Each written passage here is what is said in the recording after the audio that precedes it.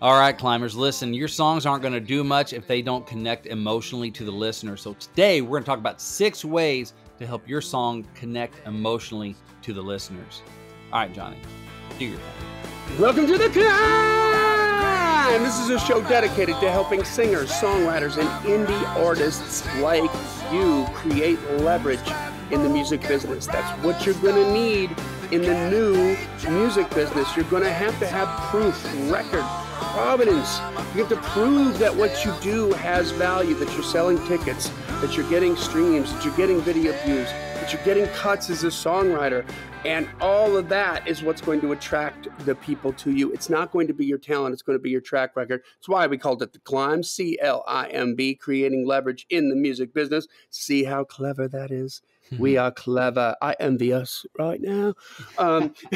That's a Baxter created by my good friend and co-host, Mr. Brent Baxter. Brent is an award-winning hit songwriter with cuts by Alan Jackson, Randy Travis, Lady A, Joe Nichols, and more. Got himself 2 number 1s in Southern Gospel last year. Had a cut yesterday in Australian country. Going to get 2 cuts today and 2 more Southern Gospel. Like, you're just on fire right now. And what I love about this man is he helps songwriters like you turn pro by teaching you how to write like a pro, do business like a pro, and then on the regular, he's going to get you in touch with the pros so that you can handle the other part of that business, which is relationships. And you can find Brent very easily at songwritingpro.com. Once again, that's songwritingpro.com. And I would like to introduce you to my co-host, Johnny Dwinell. Johnny owns Daredevil Production. They're breaking artists digitally by identifying new fans through data. Yeah, it's complicated, but thankfully, Johnny's smart. If you're an artist looking to increase your streams, blow up your video views, sell more live show tickets, and get discovered by new fans, TV, and music industry pros, then Daredevil Production can help. Daredevil has worked with multi-platinum artists like Colin Ray, Tracy Lawrence, Ty Herndon, and Andy Griggs, just to name a few. You can find Johnny at daredevilproduction.com. That is production, singular, no S, and there is no S because there is no other Johnny D. Woo! Thank God for that. I couldn't handle me. Well, there's a song title right there. Like, girl, I couldn't handle me. I'm supposed to blame you. I can't blame you because I couldn't handle me. There you go. Me. That's a freebie. Well, I am mostly sober. How you doing, buddy? Well, it is like 10:40 in the morning at the time of this recording, so that's good that you're mostly sober. I was just sober. speaking in terms of like life or in life. Oh, okay. I was like, which side of mostly sober? Sober and getting soberer, or sober and getting less soberer? No, I'm not drinking right now. Okay, I didn't think not so. At the moment. All right, drinking in life. I'm drinking in life, baby. Yeah. Yeah. Oh my gosh! So what are we're gonna get into some 6 ways that you can write your songs, and 6 ways to consider your angles on songs to help them connect emotionally with your listener. Because, man, you know, the last thing you want is for someone to listen to your song and go, "Well, that's interesting." Like, who stands in line for a concert for that? Well, their songs, that was interesting, right? Or I hadn't thought of that before. No, they don't.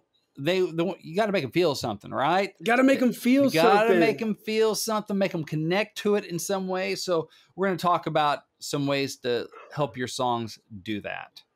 I started dating this girl, and speaking of feeling something, yes, I'm feeling something. Right, I'm all ate up with her. I'm going to tell you that right now. I'm ate up with her like a snake and a weed eater. Yeah. Oh my goodness sakes. Yeah, I'm not even going to go there. But she hadn't heard American Kids by Kenny Chesney. Poor thing. And I'm like, you got to listen to this song, right? Because this is us. Like, this is about us growing up, you know? Yeah. And that just made me think of that. Like, it gives it's so very clear. Those lyrics are so freaking great. You know, yellow dog school bus kicking up red dust, picking us up by barbed wire fence. MTV on the RCA, no AC in the vents, you know, growing up in little pink houses, making out on living room couches, blowing that smoke on Saturday night, a little messed up, but we're all like, those lyrics are it just takes me right back. Yeah. Just transports me right back. I'm not thinking about anything.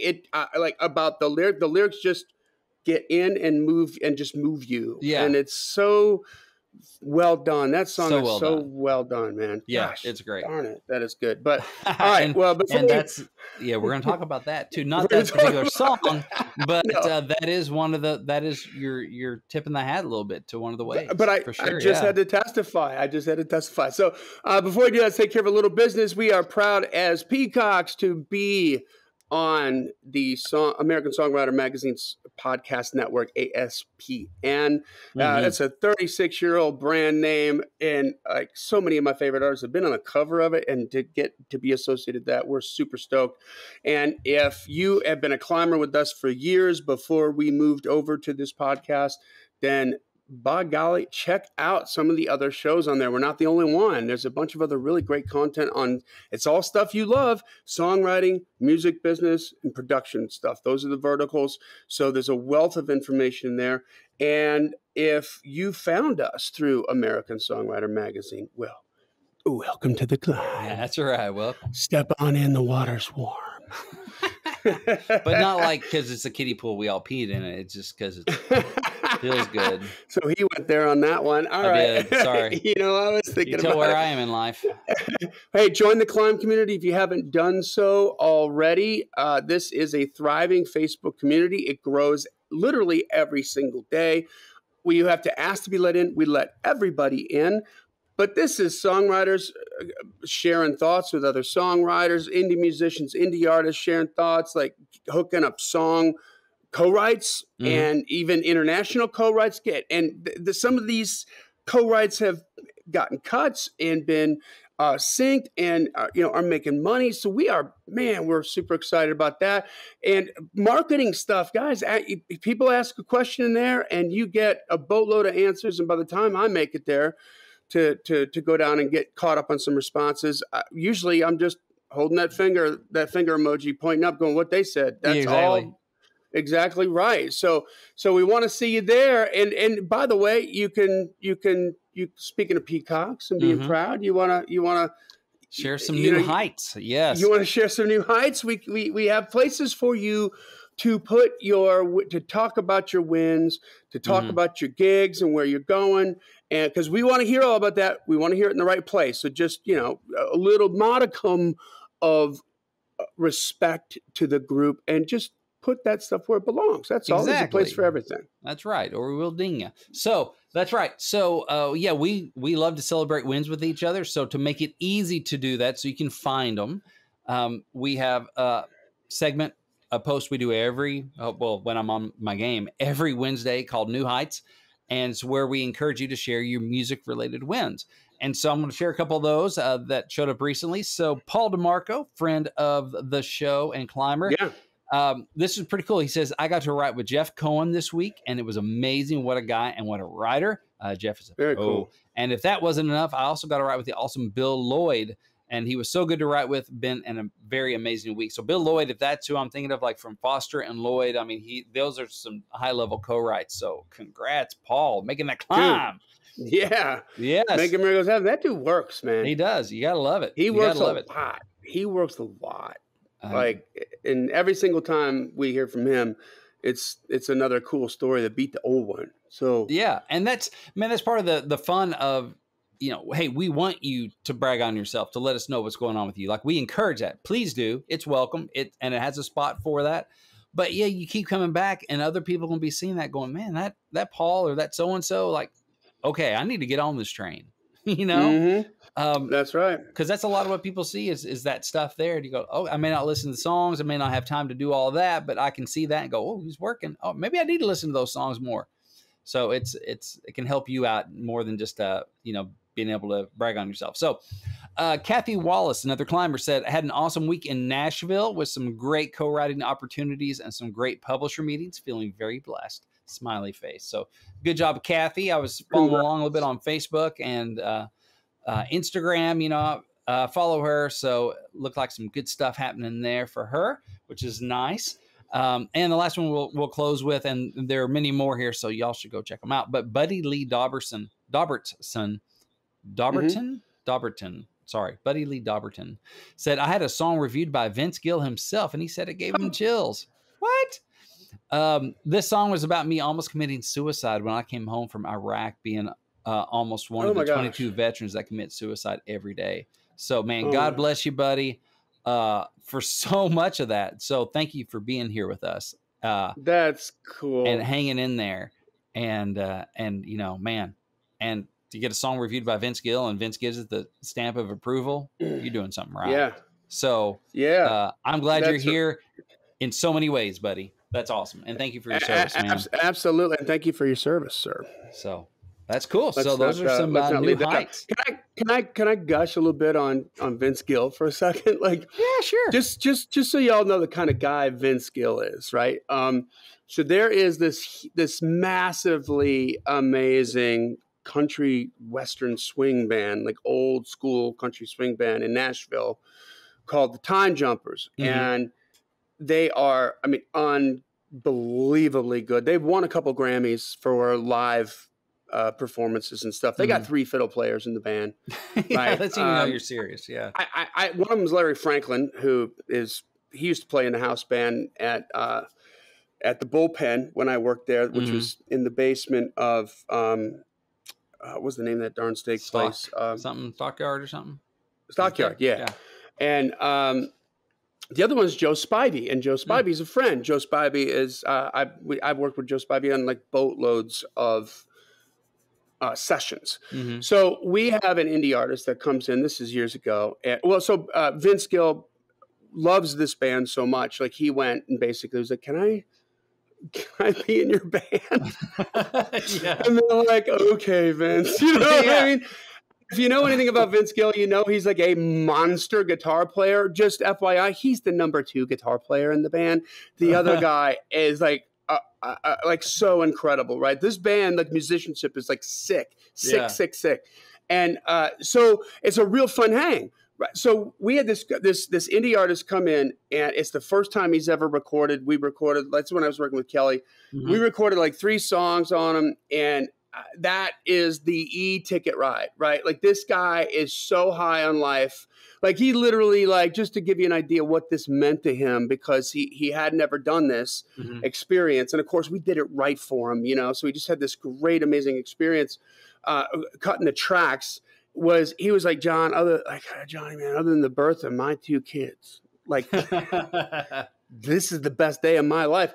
And he is so high on life, right? Like it's just, you can't smack the smile off his face. He could have been robbed. His house could have burned down. It wouldn't have mattered. And after the session, we're like, well, it's Monday. Let's go see the Time Jumpers. You want to go see him? He's like, yeah, sure. And so it was just one of these weird nights, because you never know who's going to show up, right? At the Time Jumpers. Sometimes it can be a who's who. Yeah.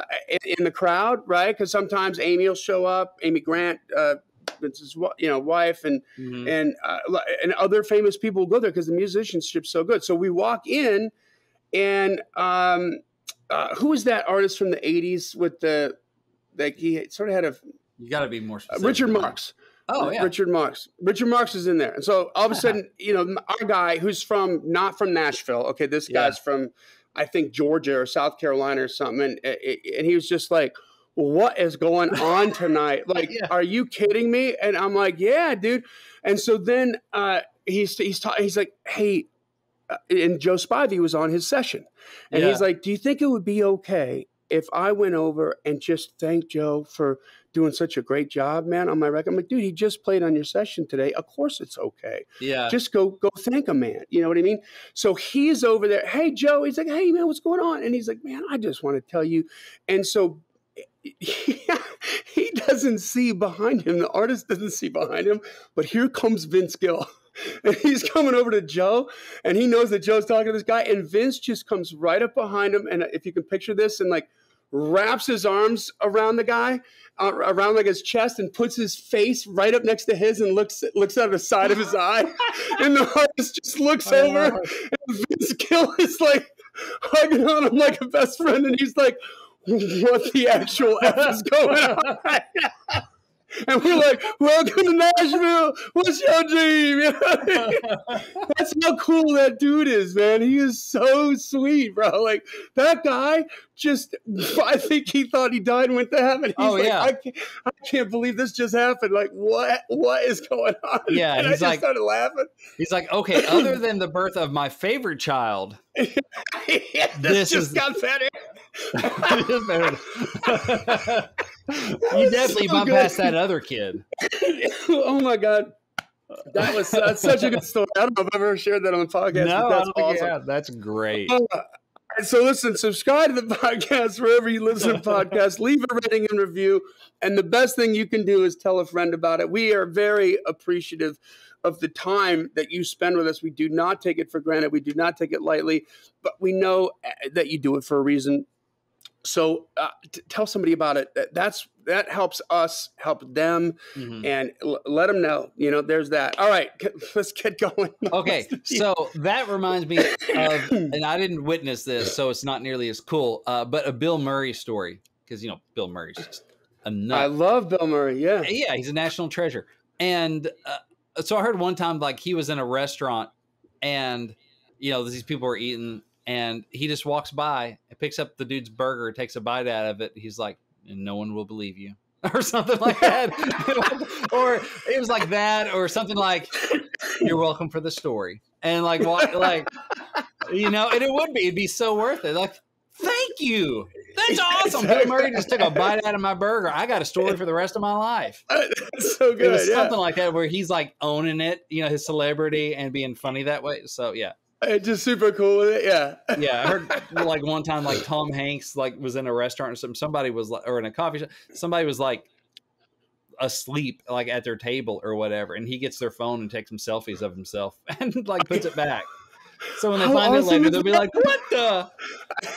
They're like probably with them in the background asleep, and puts it back. Oh my God, that would be. Can you imagine? You're like, what? Whoa, huh? It's me asleep in the background. So yeah, killer. like right, that stuff makes me want to be famous, just so I could do stuff like that. Make people's day. Just to, you know, like, it's fun, and you're not hurting anybody. You're making people's day and giving them stories. But it's, you know, if you do that and they don't know who you are, they punch you in the face. So, all right. Anyway, this is fun. So, all right, we got to get on it. So, okay, last Baxter episode, last odd number episode, we talked about market smart songwriting. And a big part of that is, you know, that conversation kind of dovetails into this one, going, okay, how do you connect with people? You know, what's a way to be emotionally, put out some emotional hooks that hopefully people can hang on to, like that emotional Velcro. You know, you got the loops and hopefully they got the hooks or whatever. And so I'm going to go through some of these. The first one is, think about this when building your song. It's what I want to hear. Okay, that's this first one. It's what I want to hear. That's what you want the listener to be thinking. I want to hear that. And what does that mean? So here's a quick story. Back, and it's an old story, but it illustrates it so well. I've told it before on the podcast, but it was like 1999 or 2000. I was living in Little Rock, and that Steve Holy song, Good Morning Beautiful, was out, and it was blowing up, and it was, you know, on its way to #1, I'm sure. And it's just very sweet song, very simple love ballad, like Good Morning Beautiful, how was your night? Mine was wonderful with you by my side. And when I open my eyes and see your sweet face, it's a good morning, beautiful day. So simple, just sweet. I didn't really get it. I was like, it's all right. You know, I was like, it's fine, but it didn't blow my doors off, you know? And so I asked my friend Heather about it. And I'm like, okay, why do you get kind of dreamy eyed every time that song comes on? She's like, because it's what I want someone to say to me. Like, hello. Okay, right. Message received. Still working on that, you know, but like, yeah, I mean, that's why that song was a big hit. It wasn't a barn burner. It was a sweet ballad, simple, but it's just like, oh man, I'd love for a dude to say that to me. Like, that's how it hit Heather and a lot of other women around the country, you know, because it was a legit hit. So it's like, okay, what, you know, think about it this way too. Have you ever called well, it's what I want to hear. So, you know, put yourself in the mind of the listener. you know, tell her she's pretty. Tell him you want to kiss him. Yeah, it might be pretty obvious, but if you're like me, sometimes the obvious isn't so obvious when you're considering different ways to write your song. And you might be going, oh, I'm going for the really interesting, you know, because I can do that sometimes. I'll go more intellectual, or I go, oh, well, this is really cool and different. Yeah, they're so obvious. Well, sometimes it's so obvious is the best way to go, because it's like, it's just what somebody wants to hear. Somebody say to them, I love you, right? I mean, it's simple, but that's going to be more powerful than I love her or she loves him. There's more impactful, like to connect with the listener to hearing the singer say, I love you, because it's what they want to hear. They may not hear that very much in their life. They may want to imagine their significant other, or the person they wish was their significant other, being the one to sing that song to them. So it's what I want to hear. Just think. I hadn't thought about it like that. Yeah. Hear, right? I know, simple, but I can be pretty dense sometimes. Only when I'm awake. I'm pretty dense most of the time. Yeah, only when it comes to these things. Yeah. So that's all. Like, try this on my wife. Note to self. All right, which probably explains why I was so single during those days. It's like, what? Tell them what they want to hear. What? So, yeah. Anyway, all right. Number 2 is it's what I want to say. All right. So this is like the kind of the flip side of it's what I want to hear. What does maybe the audience want to say? Like, okay, so back in the day, like this has been a while. I don't know if people do this anymore. Did you ever call a radio station and dedicate a song to your crush? Right? They'd have like Dedication Monday, or it's Friday night, you know. Keep your feet on the ground and keep reaching for the stars. Exactly. This is Casey Kasem. Right, yeah. The voice of the long distance dedication. Yeah. So they would have those on radio stations, like call in, dedicated song. This goes out from Johnny to Gina, and this goes out from whatever, you know, Jack and to Diane, you know. And okay, have you ever serenaded your sweetheart? You know, have you ever pulled the John Cusack and held up the radio outside her window? You know, it's like saying anything. Gosh, my references are so old today. Anyway. That was a Peter Gabriel song, wasn't it? What song was that? Yeah, You're Right. That's right. Yeah. Like the heat. But it's classic. So have you ever done that? Why have you done that? Why do other people do it? It's because that song says what they want to say to somebody. Oh, what can I give them that they want to say? You know, and so that's the opposite. Like for every, oh, that's what I want to hear. Maybe for the guy, it's what I want to say, but I didn't have the words to say it, or I didn't even know I wanted to say that till I heard you say it that way. You know, so that's so you give them a tool or her a tool, yeah. You know, maybe they want to say, I'm proud to be an American. Maybe they want to say, take this job and shove it. Maybe they want to say, we are the champions. You know, and have that, like, here's a song for you to, you know, celebrate with in these big moments. What does somebody maybe want to say that you can jump on board with? And just put yourself in the mind of the listener. Okay, what is something they would dedicate to their girl? Which hopefully is something she wants to hear. So you kind of cover that base. And something that a dude would want to say, or a girl would want to say, whatever. Or a group would want to sing at a concert and say, like, thank God I'm not at work right now. Whatever it is, you know? So all you gotta do is put a drink in my hand. Yeah, it's not a love song, but how many people in the audience are like, yeah, just put a freaking drink in my hand? Like, that's something, that they want to say. Yeah. I got a 40-hour week worth of troubles to drown. Yeah. And they don't, and that song didn't connect because they care about what Eric Church is thinking in that regard. No, it's because that's what a lot of people want to say, because they have 40 hours worth of trouble to drown and they want a drink in their hand. And in the song Slams, you know, sonically it's great and it fits that mood. I love it. I love that song. Yeah, it's great. And it was a big old hit for him, but it's also like, how many people in the fans in the stands want to say that and feel that? And so I think when you give voice to those things, you know, what does the listener want to say? What do they love? What's important to them? What frustrates them? Like, if you give voice to those things, then the listener's going to listen again and again. It's like joining the conversation that's already going on in the person's head. It's like marketing, right? You know, use that language, join the conversation that's in the voice that's already going on and the story that's already going on in their head. Man, another great example. Take this job and shove it.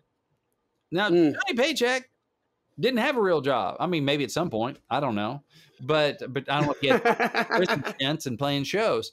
So Did he write that song? I want to say he did. I might be wrong, but you know, the thing is, it's not about him and whether or not he really had a job he hated or not. It's about the listener that hates their day job, or at least is having a bad day, and they want to tell the boss to take this job and shove it. That's why that was a hit. It tapped into something that so many people wanted to say. David Allan Coe. David Allan Coe. That's right. Yeah, that makes perfect sense. And again, I don't know if he ever had a real job between playing shows and doing time in prison either. So, yeah, same thing, same joke. All right, so we got what I want to hear, and that's what I want to say. All right, so I know rocket science here, right? Another one is That's Who I Am, or That's Who I Want to Be. Hold on, wait. Before we get into that one, just a quick side note, because I just looked up who wrote this. That Take This Job and Shove It as an example is something that is so profoundly what other people want to say. For sure. The Dead Kennedys covered it. So did Biz Markie. Yeah. I mean, it was the Dead Kennedys, by the way, punk band. Okay. Biz Markie. Not country. Kind of. Biz Markie is like a hip hop. Yeah. Kind of. I don't know how that happened. Yeah. I don't know. That guy can't sing, man. But he that made it was work. before auto-tune and they didn't care. And it was a huge hit. Yeah. Yeah. But, I mean, so you got two different genres that are covering that song? Wow. Because a lot of people want to say it. A lot of different types of people want to say it. Yeah. So there you go. Heck yeah. So that's what I want to say. That's what I want to hear. And that's who I am, or who I want to be. So let's think about this. She wears short skirts. I wear sneakers. She's cheer captain and I'm in the bleachers. So how many young girls hear themselves in You Belong With Me by Taylor Swift, right? Not only does it say what a lot of girls want to say, like to their guy, their crush, like, you belong with me. You don't belong with her. You belong with me. So it's a lot of what they want to say, but it's also like Taylor's character is who so many girls are. They're not the cheer captain. They're in the bleachers. They wear sneakers, not the short skirts, that kind of stuff. So a lot of fans can identify with that character and be like, that's me. I see myself in that. You know, they may love Taylor, but man, what really brings them in is seeing themselves in there. Yeah. So when they see him, you know, a listener sees himself or herself in your song, they're going to connect more with the song. That's the Kenny Chesney song we talked about. Yeah. Exactly. I see myself in that song. Which is more nostalgia, which I'm still getting to. Okay, but you do see yourself. But I do see myself again. You do. Like your past self. And this is more like current self, maybe like, yeah, that's me right now. This is the little slice I'm taking of it. Okay, gotcha. So I got excited. Sorry. No, that's next, though. I think it's next. But let's be honest. I got ahead on the syllabus. Yeah. Most people's favorite topic is themselves, right? So the sweetest sound to most people is the sound of their own name. And so it just makes sense. They want to see themselves in the songs they hear. Like, I mean, I love some story songs that, you know, Mama Tried, you know, Folsom Prison, that don't have any correlation to my life, you know, no intersection point, but it's just a great story. And I love some of that stuff. But I also love songs that I can really see myself in.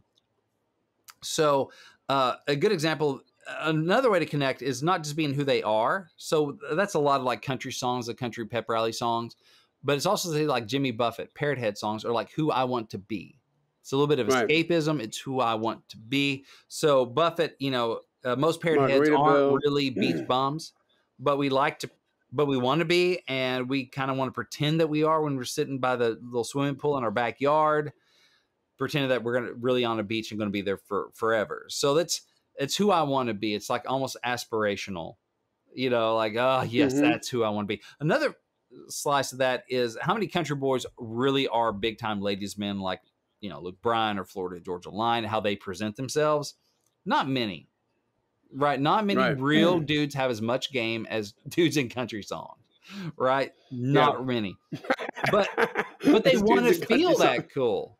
Right. Yeah. They want to feel that cool. They want to feel like the girl's right in the palm of their hands, that she's dancing for him in the truck headlights by the river, right before she slips out of that sundress and invites him into the water for a skinny dip. Like, that's not most people's experience. I'll tell myself to make myself feel better. But A lot of young male listeners want to be that guy with that girl. It's male fantasy, and it sells. Like, you know, so make your song more cuttable by singing the listener's life or the life they want back to them. So like I want to be that guy in that song with that girl, and she's in the riding shotgun and with her feet on the dash, and that's, even if it's not my, you know, my real life, boy, that's who I want to be too. It's a little bit of like fantasy. Same thing with like the Buffett stuff, you know, or seeing yourself like, yeah, that really is my life rolling down these dirt roads. I think of that Lonely Highway song, My Dogs. So independent group Johnny's worked with before, but it's just like having my boys, my crew, you know, and it's very just down to earth, just real life kind of, you know, it's like, my dogs, we don't always get along. Yeah. Right. Yeah. But they're my dogs. And just stuff like that. You can go, yeah, that's me and my guys, you know, it's like, it's a point of connection. Go, that's my life. I think of my friends, you know? So that's a way to connect with listeners. Like, that's who I am. You know, if you are that country boy that can survive, then you're like, yeah, I see myself in that song and I can connect to it. Or maybe I want to be that guy in that song. So I connect to it that way. Like, I like to see myself being that guy, cooler than I really am, or more country than I really am. So that's another way. Yeah, maybe you're not a do-it-yourselfer, you're a get-someone-elser, but you fantasize about being a do-it-yourselfer. Yeah. Like, so I can survive out on my own, out in the woods, but the reality is if I don't have Uber Eats and electricity and Wi-Fi, I'm going to melt and starve and die. Exactly. I'm not sure what's going to kill me first. Yeah. So, all right. Another one is, hey, I remember that, which is leading us into the American Kids thing. So a powerful way to connect with your listener is to push the nostalgia button. Take the listener back to a point in his or her life that they recall fondly. Like, use your song like a time machine. Or it can even be a bittersweet or a sad thing, but something that like hits that button. So how about this? How about this? I think of this this counts as nostalgia because it's a memory, right? Like, the American Kids thing for me is like nostalgia, which is a bunch of memories, right? Like that you're very fond of. But like one particular memory that like hit me in the feels with the lyrics was, you know, I can tell you, but you're not asleep right now. Right, by the way, what's that? What's your lyric? Girl, I know the way you breathe, so I can tell you're not asleep right now. Yeah, like that. Those first two lines. This is a Brent Baxter song, by the way, called "Let's Fight," which is an awesome title because it's not what you think, right? But yeah, I know the way you breathe. I can tell you're not asleep right now, and that instantly took me back to a very specific memory. You know, that the room, the house, the color of the room, you know, the moment where, you know, it was like heavy stuff going on. Like, man, like that was so good because it just puts you right. It just puts you right there. Yeah. You know? And it's real. And if you know, you know. It's like one of those, like, oh, I've been there, right? Because you painted specifically. Like, it wouldn't have had that emotional hook if I'd just been like, we're fighting, we're not really getting along. You know, you'd be like, yeah, you know, I've been there, I get it intellectually, but just paint that picture in like 2 lines. I know you the way you breathe, so I can tell you're not asleep right now. Boom, it transports you. Yeah. I'm not telling you about it. I'm putting you back in it. Right. Yeah. With the way that you present it. And that's one way that imagery is so cool and showing and not just telling. You know, say that again. I'm not telling you about it. I'm putting you back in it. Putting you back in it. Right. Yeah. The big yellow school bus by the barbed wire fence. If you've been there, you've been there. Yeah. You know, ours wasn't by a barbed wire fence, but for one thing, I see it. But then the other, you know, so I see the bit of fiction in my head, like I can see it rolling up. But also, I see the one that was rolling up outside, you know, up the hill from our house at the main road. You know, I can see that. I can go back in my memory. And so there's some good examples. Boys of Fall by Kenny Chesney. Kenny he hits the nostalgia stuff a lot. It's kind of one of his things. Beach and Nostalgia, I think, are 2 of his big plays. But okay, so Boys of Fall takes me back to playing high school football. It takes me back to running through the banner, the taste of the grass and my mouthpiece, like all that. It makes me miss those days. I love that song. It makes me think of my teammates like Steve Karn, Willie Kirkendall, Rich Gregg, Brian Krug. Like, it makes me think of those dudes. Like, it was good times because it's about football and talking trash and all this stuff. And man, I see it. It takes me back to high school and I love it. And it's like, yeah, I want to go, you know, parts of me want to go back there and relive that, you know, just for a little visit, for a 3-minute visit. 19 something by Mark Wills did that. This is an older song, but it describes a lot of like my formative years. It talks about big hair, parachute pants, and Stretch Armstrong. You know, it conjures childhood memories. It talks about the 70s and the 80s. It talks about when a microwave was, you know, a big deal. With like, we got our first microwave. So just that nostalgia of like the 70s, 80s, Farrah Fawcett and all this stuff. And so it hits that nostalgia button for listeners like, yeah, you know, and the song was really just about nostalgia. It was 1970 something in the world that I grew up in, blah, blah, blah. You know, and there's a little bit of, man, I got a mortgage, an SUV. You know, I kind of miss those days, but whatever. You know, so it's all like a nostalgia play. There's so many examples of that, like in country music. You know, I dug into my own history and nostalgia for a song that Randy Travis recorded of mine called Every Head Bowed. And so talking about Twinkies, corduroy coats, clip-on ties, and I surrender all, like stuff that shows up in that lyric, like all takes me back to growing up at Calvary Baptist Church in Batesville, Arkansas. And I know my co-writer, Brandon Kinney, on that, he had a lot of the same experiences back at his home church in Texas. So it's like we went to different churches together, you know? And so we were both mining nostalgia and some real stuff to make the song more real, which helps to connect to Randy and hopefully to a lot of other people too. Old Alabama and by Brad Paisley and doing it to country songs by Blake Shelton.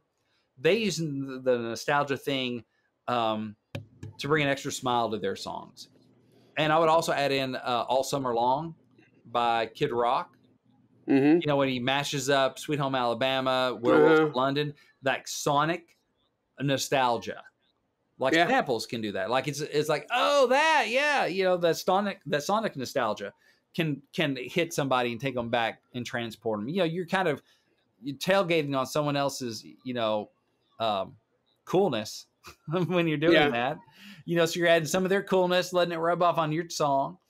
But like Old Alabama, it was a song that's out a few years ago, but it's, you know, it's talking about, you know, Brad's talking about riding around with this girl singing some Old Alabama, and like it feels like an Alabama song. Like in the choruses, it references several of their songs. Then it has, oh my gosh, Randy Owen, the lead singer of Alabama, like guest vocal on it, parts of it. So it takes you back to like those Alabama songs maybe you hadn't heard in a while. So it hits the nostalgia thing, and it feels like, oh, that feels like Alabama. I hadn't heard that sound in a while. Blake Shelton with Doing It to Country Songs has the Oak Ridge Boys singing on it. So that distinctive sound is like a nostalgia thing. Like, oh man, I haven't heard the Oaks in so long. Wow, it's good to hear them again. So then that Kid Rock thing, that sonic nostalgia, but yet still new, right? There's still something new there, served up in a different way, mashing up Werewolves of London, Sweet Home Alabama. I mean, that's my favorite part of that song. You know, it's not the lyric or what he added to it. It's just being able to hear that stuff again. And it was a big hit for him. So you make your song more cuttable by having your lyric or sonic stuff that connect your listener to their own past. Because what they do is your listener isn't so much connecting to your song as they're connecting to their own past through your song. So that can be super powerful. So you're not even connecting them to your song. You're connecting them to their own past through your song. Your song is the gateway drug for that nostalgia hit. And that can be I just reading the lyrics from Old Alabama now that you brought that up. And I haven't heard that song forever. I got to go back and listen to that. Yeah. Cool. It's great. You're like, oh, yeah, I don't know how much I love this song, but man, I love the Alabama vibe to it. I love that feel. I Was Jack and You Were Diane by Jake Owen was a more recent one, which, you know, like on the pitch sheet, it kept saying he's looking for Jack and Diane kind of thing. He's looking for Jack and Diane kind of thing. And those finally, like Wiseman, those guys just said, screw it. Let's just let's give him Jack and Mellencamp as a writer and just jack it. And it, you know, kind of made us all mad. We're like, well, he just basically just covered it. You know, it's like, because it did that, pulled the lick off there. It's like, okay, if you want to like a Jack and Diane thing, let's just be all about it. But it is that nostalgia thing helped that song, you know, play much better. Let's see, another one. I got two more, and I know our time's coming up, but the next thing is thanks for the advice. So personally, I love songs that leave me a better person than I was before I heard them, like songs that have expanded my thinking on topics like loneliness. I think of David Wilcox, That's What the Lonely Is For. Like, it talks just the way it frames loneliness. You're like, wow, okay, I can see the value in loneliness at times, you know, how that can help me. Or The Dance by Garth Brooks, you know, just about life and looking at life and, you know, the journey it is. Jesus Loves Me, you know, help me think about God in a different way, you know, so that my parents and so many others sang to me growing up. And so notice that those songs, though, they aren't preaching at you. Like, I don't like getting talked down to, and I'm sure you don't either. But I appreciate when a song or songwriter is being like humble and kind, Tim McGraw, you know, enough to share some wisdom that's helping them get through life and might help me too. So I think it's songs like The Good Stuff and Don't Blink by Kenny Chesney, You're Gonna Miss This by Trace Atkins, and Live Like You Were Dying by Tim McGraw. Those songs like all remind me to stop, smell the roses, and live life more fully. Those songs, yeah. You're Gonna Miss This. What's the one? The Good Stuff. That's another one. Like Chesney that, right? one, yeah. The new T-shirt saying I'm a grandpa, and you know, dropping the ring in the spaghetti plate because their hands are shaking so much. I mean, that can hit the nostalgia button too. It can, because there's a lot of cross-pollination that goes on with these. But it's like it's a life lesson, man. That's the good stuff. It's like love and family, and you know, that's the good stuff. Not the whiskey or the beer or whatever. Like, the real good stuff this guy's saying is this. And now, one thing, a clever way that these songs avoid preaching at the listener is the singer is sharing the advice. Like, Kenny Chesney is not the one telling you what the good stuff is. He's the one that had a fight with his lady, went to the bar, and the bartender, you know, he's like, what'll it be? I said, the good stuff. Well, he didn't reach around for the whiskey. He didn't pour me a beer. He was blue-eyed, kind of got misty. He said, you won't find that here because it's the first long kiss on the second date, blah, blah, blah. So Kenny is just sharing this great advice that he heard from this wise man. Right. McGraw, he said, I was in my early 40s with a lot of life before me, and a moment came to stop me on a dime. And I spent most of the next days looking at the x-rays, talking about the options, talking about sweet times, whatever. And I said, what'd you do? And he said, I went skydiving. Yeah. Right. So Tim's getting to sing the stuff first person, but he's telling you the story. So Tim's not the guy that had the cancer scare that went skydiving, rode the bull named Fu Manchu. No, but he's like, I got to tell you this guy's story.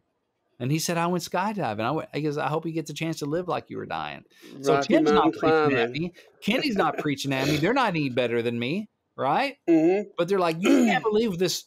What I heard, this story and this advice blew my mind. I thought you'd want to hear it. They're just sharing, right? They're not better than me. So clever. Yeah. Yes. So same thing. There's a fine line between clever and stupid. Yeah. So, I mean, so it helps you. It helps the artist avoid the like, I'm better than you, I'm preaching at you, I'm telling you how to live kind of way. You know, or like even the dance is, I guess you could look at it as kind of preachy. I mean, everyone has their own definition of that, but like, you know, it's like for me, I could have missed the pain, but I'd have had to miss the dance. Like, it's very personal. Not like you could miss this pain, but you'd have to miss the dance. No, it's very first person. And now I'm glad I didn't know the way it all would end, the way it all would go, you know? And so it's very personal. So he's not preaching at you. You're just kind of overhearing the internal monologue, and you can write. Yeah, it's very something you want to say. Reflective. Yeah. Very, you know, introspective. So I don't think that's preachy though, because it's just. No, I don't think it is either. It's just him telling a story. Like second person, you know, if it had been second person, what's that? Like if it had been talking to the listener, you know, you might miss a pain, but you'd have to miss the dance. Then you're like, shut up, I'm in pain right now. Forget the dance. I never want to dance again. Guilty feet have got no rhythm. All right, so that's just where my brain went. I never dance again. Guilty feet have got no rhythm. I'm glad you get me. All right, so I do, baby, I do. Thanks. All right, so again, you know, so like, what's in songs like these for the listener? Like, we get friendly advice that helps us live a better life, and it's a pretty good deal, right? And those songs are also like hit us with the next thing, which is what a great story. Sometimes you connect with people because it's like, that's just an interesting story. The day Billy Joe McAllister jumped off the Tallahatchie Bridge. What is going on? I'm drawn in. I want Copperhead Road. That's not exactly life advice other than don't go down Copperhead Road, right? Because he learned a thing or two from Charlie. So other than that little piece of life advice, it's just, it slams. Like musically, it's just cool, right? And it's just, wow. Look at this short story that I get to listen to. This little movie that, you know, I can smell the whiskey burning down Copperhead Road. You know, so it's again, just, it's like, you know, or, you know, so the story songs aren't as much a thing right now in, like, at least in country music and several other genres as they used to be. Especially like the three act play thing, where the beginning, middle, and the end. Yeah. But like Two Black Cadillacs by Carrie Underwood, like that is a cheating revenge murder song. Church Bells by Carrie Underwood is a abuse murder song. Goodbye Earl is an abuse murder song. Garth Brooks tells us the story of a young man's first love in that summer. You know, so some of those things, you know, there may be points where you can kind of intersect with it, depending on the listener, but a lot of it is just, you know, like Piano Man. It's just like, what a neat story. You just taking me into this world and this movie, and I get to see it for 3.5 minutes or whatever. You know, scenes from an Italian restaurant, Brendan and Eddie, we get to follow them. Good Night Saigon. You know, Billy Joel does a lot of story songs, which is probably why he's one of my favorite, like, all-time pop artists. Is just the story songs and getting to see this stuff. So, you know, some people can relate to certain elements of these songs, but the main point isn't this is your life. The main point is like, this is a great story, right? So if you can just paint like a really interesting story, again, it's not as in vogue right now. No, I'm not saying you're never going to get it cut. In vogue, never gonna get it, never gonna get it. Never gonna get it. All right, my coffee's kicking in. So, but you just want to be aware that right. You know, you want to pay attention to kind of what's working and what's not working. But that is another way just to give your listeners a great story and pull them in that way. And don't be afraid to mix and match these songs. Like, thanks for the advice and what a great story. You mash those together. What do you get? You get The Gambler. You get on a warm summer's evening, right? And you get this cool story about this gambler and the singer, and then you also get, you got to know when to hold them, know when to fold them, know when to walk away, which I don't know is very actionable advice, but other than just be aware of these things. But still, it feels like a life song, right? Let's see. That's it's what I wanted to say with a great story. It might be something like, you know, Hell Yeah by Montgomery Gentry. You know, where like one verse was about like this Vietnam vet that blah, blah, blah. And he jumped, you know, it's like you're painting this little character picture of him, or this girl that's like she's got an MBA in a plush corner office. And, you know, she's kicking butt and taking names in the corporate world. But man, Friday night comes and they want to jump up on the bar and yell, hell yeah, right on, turn it up. You know, and it's a little bit of both. Like, it's a little bit of like, oh, that's what you know, interesting like character following. Maybe I relate to it, maybe I don't. Like, I don't relate to either one of those people. But then, you know, they jump on the bar, and maybe at a show, I want to be one of the ones yelling hell yeah and sing along. So it's what I want to say, kind of thing. So there are ways to mix and match these in like endless varieties to come up with songs. So you don't have to live like just in one. Like American Kids, coming back to that one, is like nostalgia, and you know, that's who I am. You know, you know, because they kind of bleed over into each other. Because maybe you are an American kid right now. If it's somebody younger going, yeah, American Kids, you know, that's me now, or this is my life now down that red dirt road or whatever. Yeah. So don't be afraid to mix those up. But the big thing on this is listen, like, what does the listener want to hear? What does the listener maybe want to say? What, you know, how does the listener see themselves? So you can show them themselves in the song, or who do they want to be? Can you give them that person they kind of aspire to be, that they can sing along with and kind of feel like they are that person, feel stronger, feel more successful, better with the whatever it is?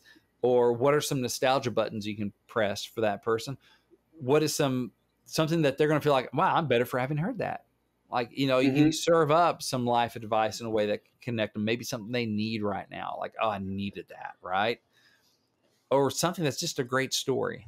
And then how can you match those up? I think if you think in terms of, again, it comes back to, it's not about you, it's about the listener.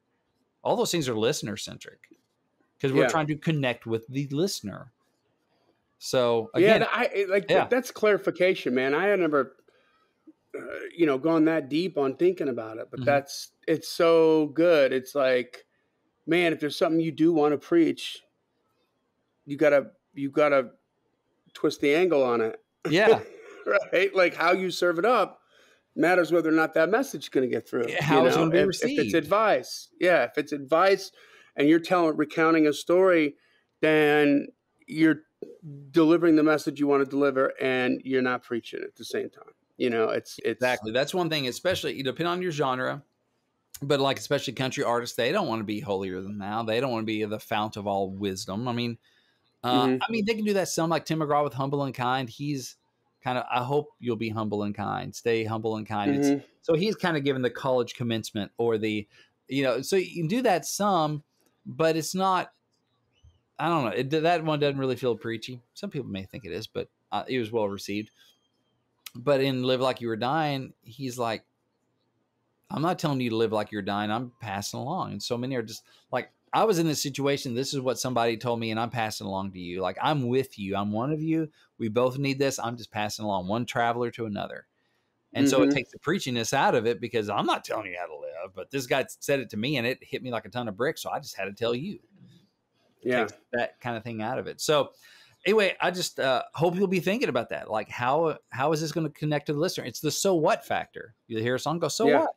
Why do I care? Well, it might be, it's because it's what you want to hear. Oh, it's what you want to say. Oh, it hits that nostalgia button. It's going to be you thinking about high school again. It's going to be blah, blah, blah. You want to have an answer for the so what. So hope this is helpful. Listen, thanks for hanging in there with me. I have a gift for you for your time and attention. I appreciate it. It's called Think Like a Pro Songwriter. It is a free PDF download. You can find it at songwritingpro.com/gift. And this is why it matters for you, why you should care, is that it dives into some lessons I've learned as my years as a songwriter, both failing and succeeding. It talks about why you need to be pitching your own songs, how songwriters find out who's looking for songs, questions you need to answer before you demo that next song, before you pitch a song, things you need to consider. So just to help you think like a pro songwriter. So you can find that again at songwritingpro.com/gift. And just tell me where to send it. We'll email it out to you, and boom, there you go. There you go. Yep. There you go. All right, guys. Well, that brings us to the end of another Killer Climb episode. This podcast exists because we want you to win. So keep on climbing. And we'll see you next time.